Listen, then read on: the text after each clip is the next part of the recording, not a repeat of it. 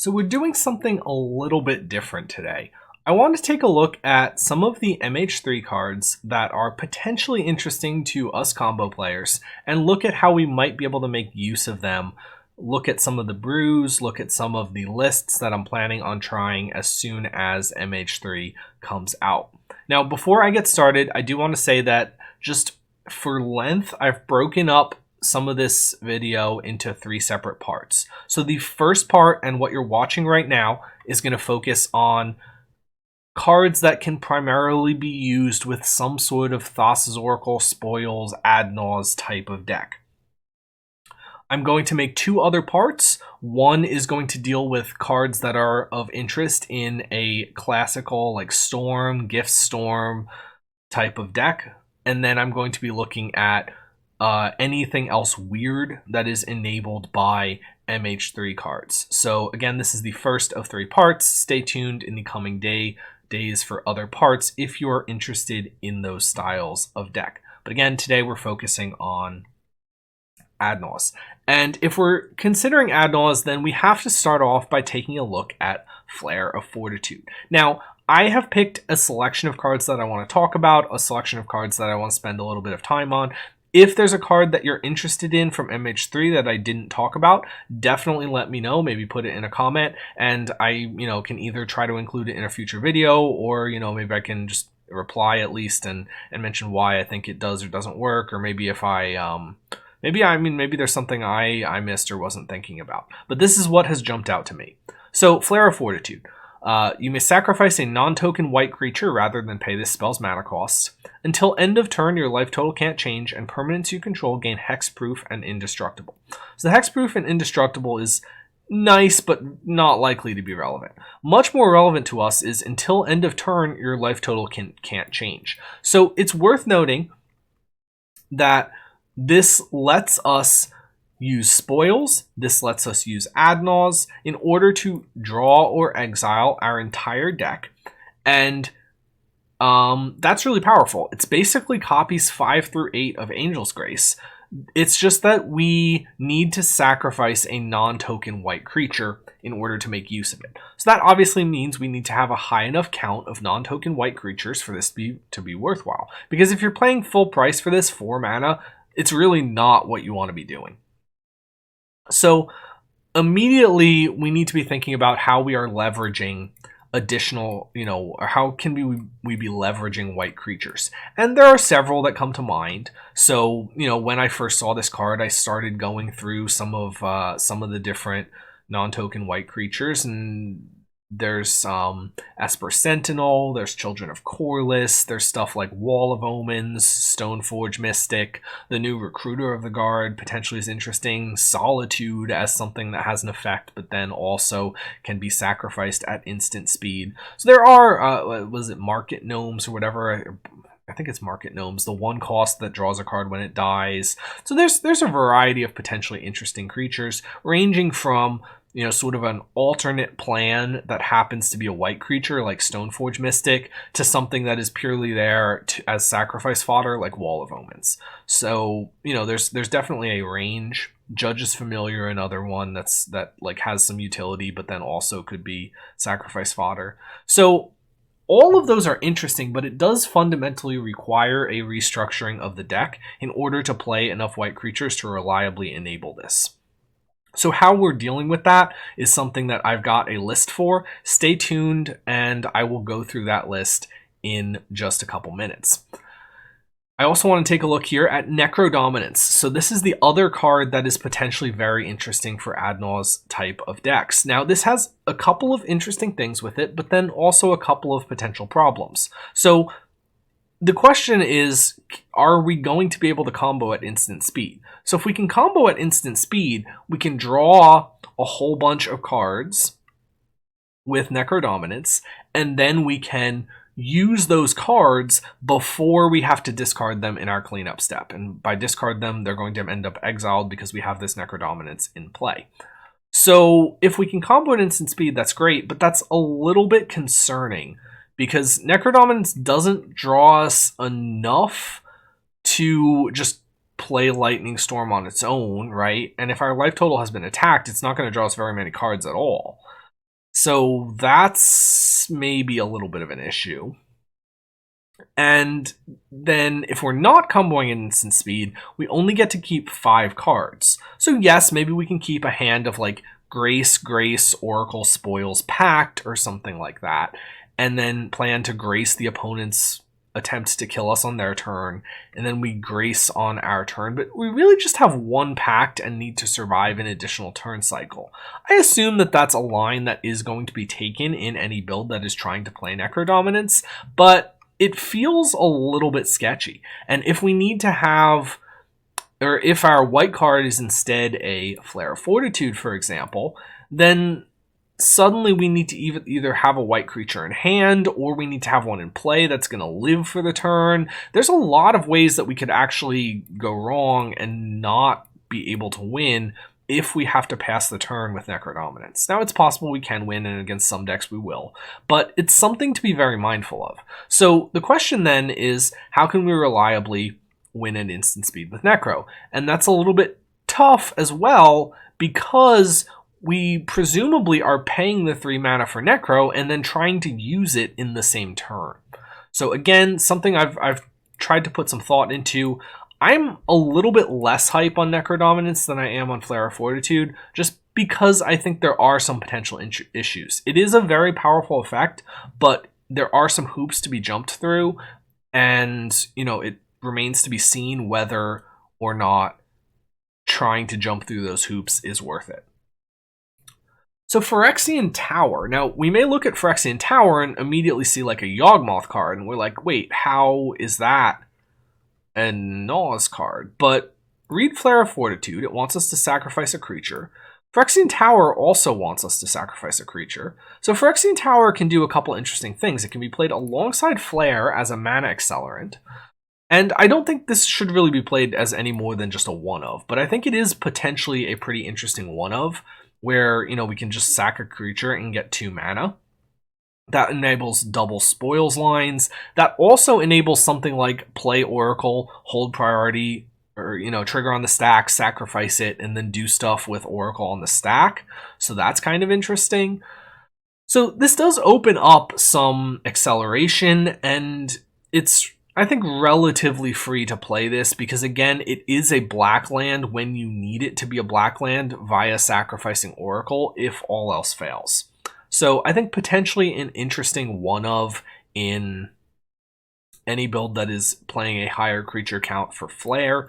If you're playing more actual Ad Nauseams, it can potentially ramp you into that Ad Nauseam just a little bit faster. So maybe has potential. Again, I think this is in a singleton flex land type of slot, but I think it has some notable utility there.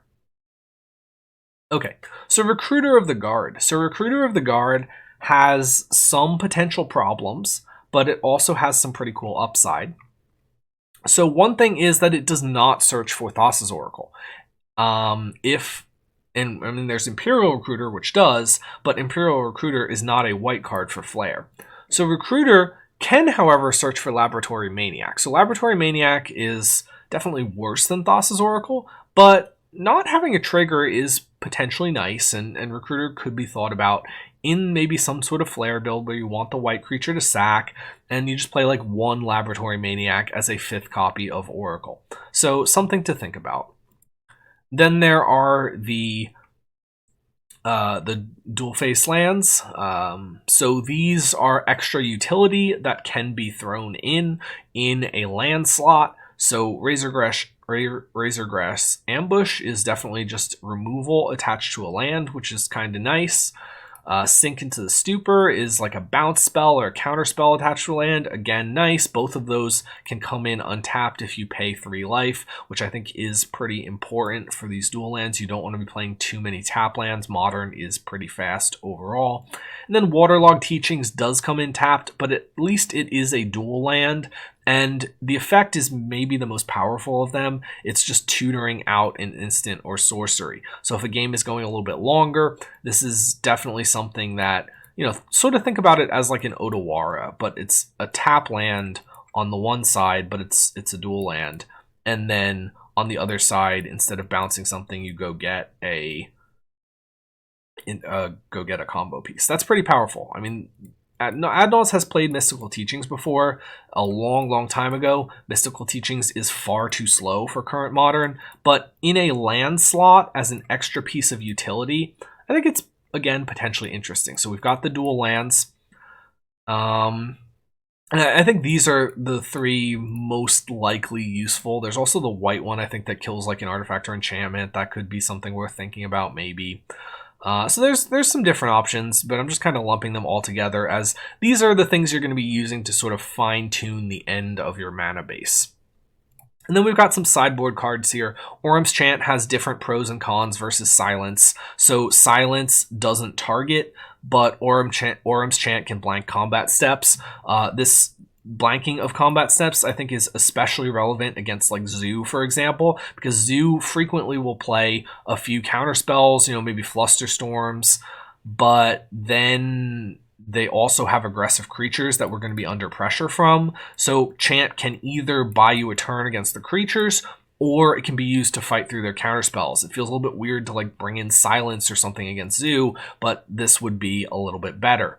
So there are certainly decks where Chant could be better. If we think the targeting is going to matter more, then it potentially becomes worth playing the Silence. But I think for the most part, there's no real decks that are like bringing in Leyline against us. So I think I'm pretty much going to say that Chant is going to be better almost all of the time. So definitely something to get into your sideboard, get into your box of extra cards that you keep on hand for tuning a sideboard.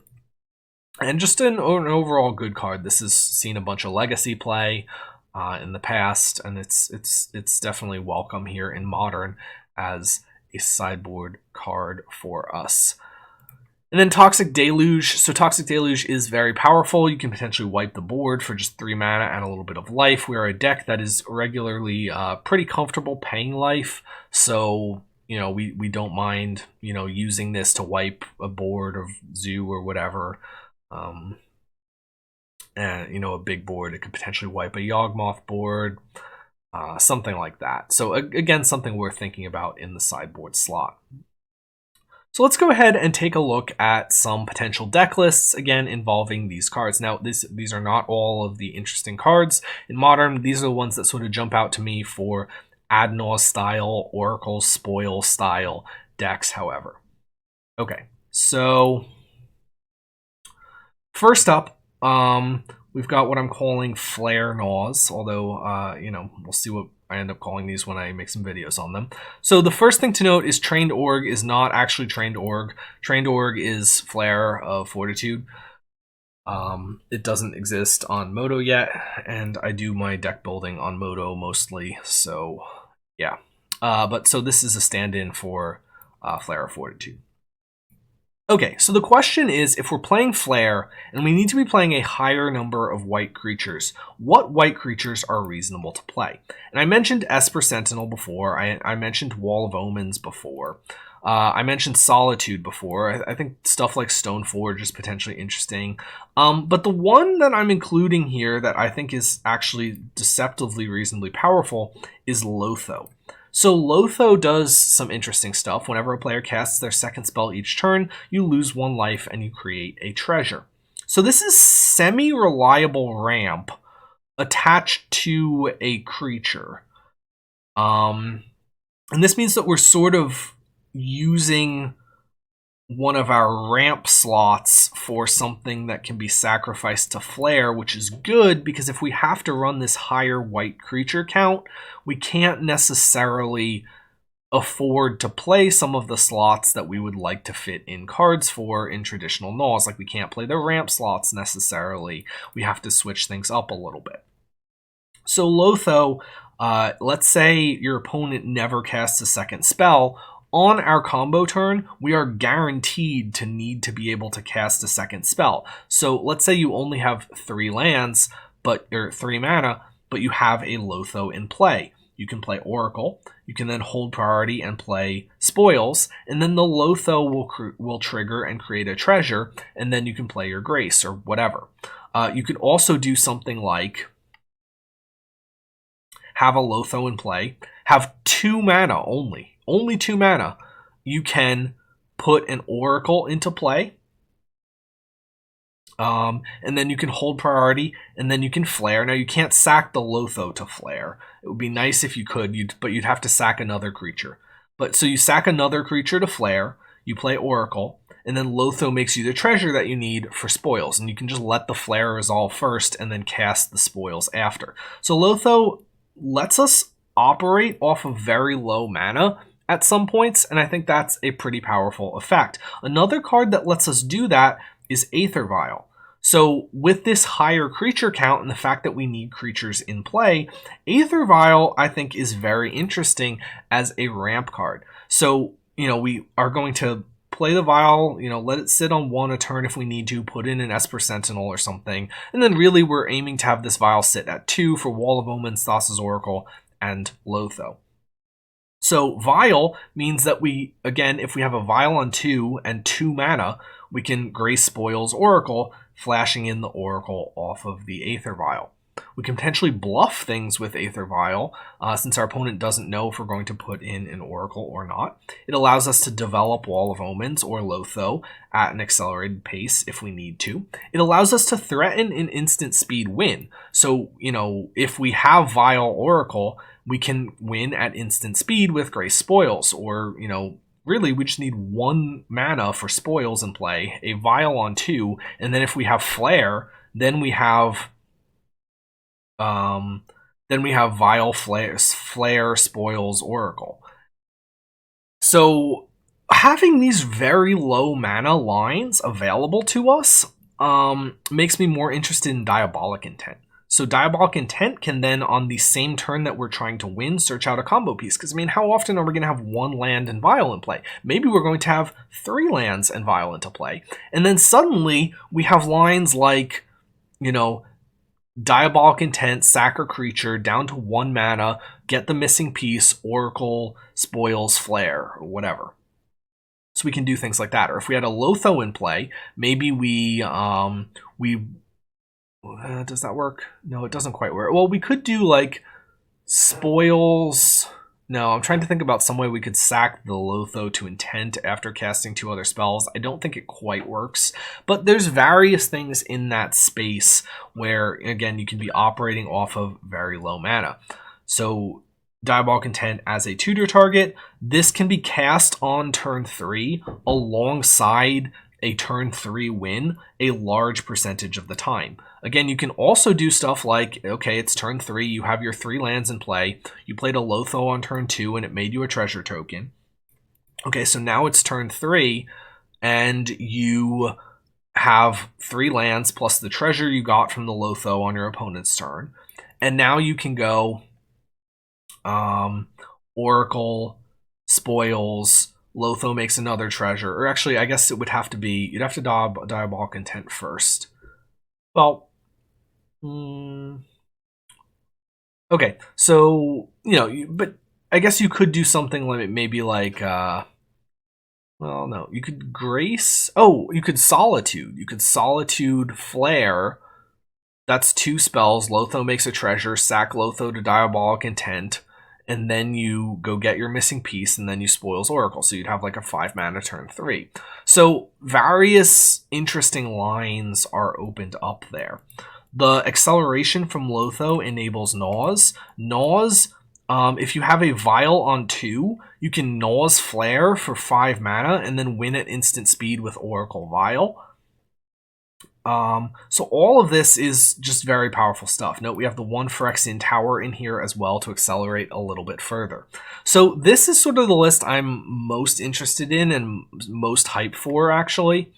Now you see various cards in the sideboard. I think it's possible that we do end up wanting like 1 Necrodominance in here as, a sort of Ad Naus type utility card. I would like to fit in Preordains if we could. I'd like to fit in more Pacts if we could. So again, this is not a final version of a list. This is very much a rough draft, very much a work in progress. I think fitting in 1 Unlife could be interesting as a tutor target.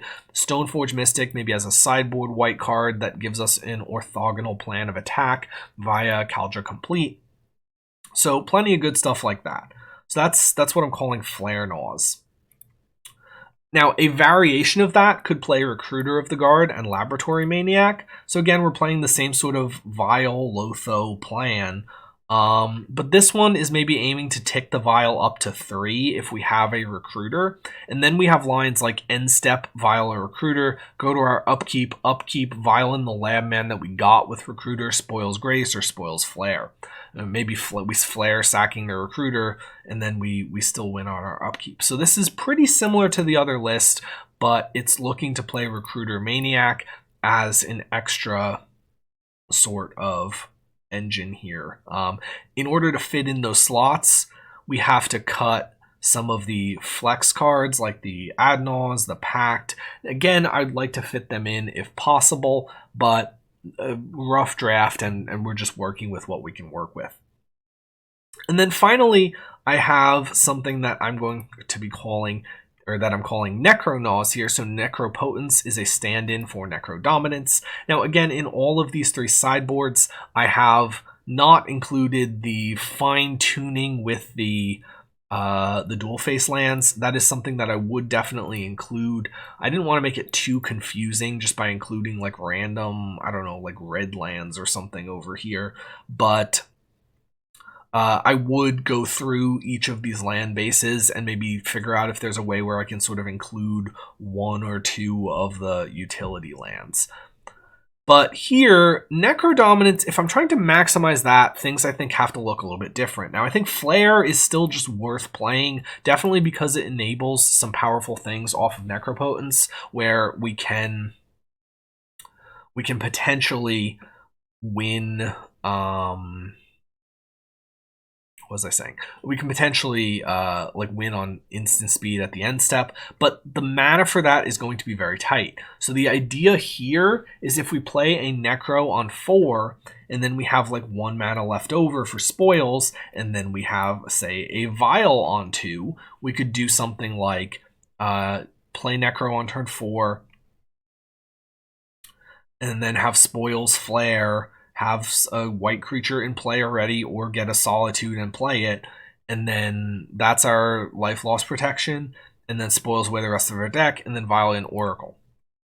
Pact is a lot better with Necro if we're filling up our hand, and especially to enable those sort of past the turn Pact Grace piles or Pact Grace hands. I'm saying piles because this is a triple black card, sort of like Doomsday. Now I know, again, Necropotence stand-in for Necrodominance. Children of Corliss, I think, is sort of at its most interesting spot alongside Necro. So I think Children alongside Flare is nothing really to write home about, but Children alongside Necro is now more interesting because we can do something like have a Children in play, or even have a Vial on 1, Necro, get a whole bunch of cards, get the perfect hand, sack the Children afterwards, and then we can go back to whatever our life total was before the Necro, have a stacked hand for the next turn, and not be under like the same amount of pressure or threat where we maybe don't need to keep 2 Angel's Graces. Maybe we can suddenly keep a hand that's like double packed Grace Oracle Spoils or something like that. So I think Children get a lot more interesting in that context. We can also, if we don't have one in play yet, on turn 3, for example, if we have a Vial on 1, we can play Necro, and then we can find a Children with that, Vial in the Children, and sacrifice them in response to the Necro. Now, I think this list will, on average, be a little bit slower than the Flare creature heavy lists. So, you know, with Diabolic Intent. So I'm a little bit less optimistic about it. That being said, Necro is definitely a powerful sort of effect, and something that we will be interested in testing out.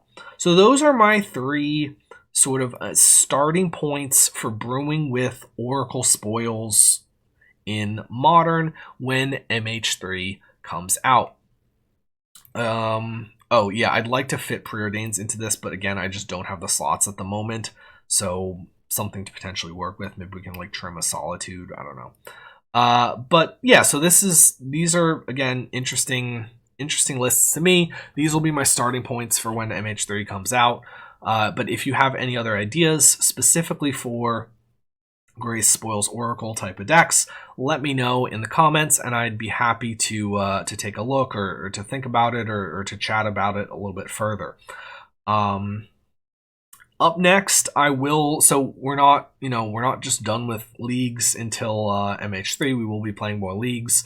I'm not sure exactly what I'm going to be doing yet next. Maybe some Legacy, or maybe I'll just do something in Modern. I haven't quite decided yet. But so stay tuned for something like that. But then also stay tuned for another 2 parts of this deck, of this video, where we go into some of the cards that work better for Storm, and then also we'll look at some of the other combo decks that MH3 enables.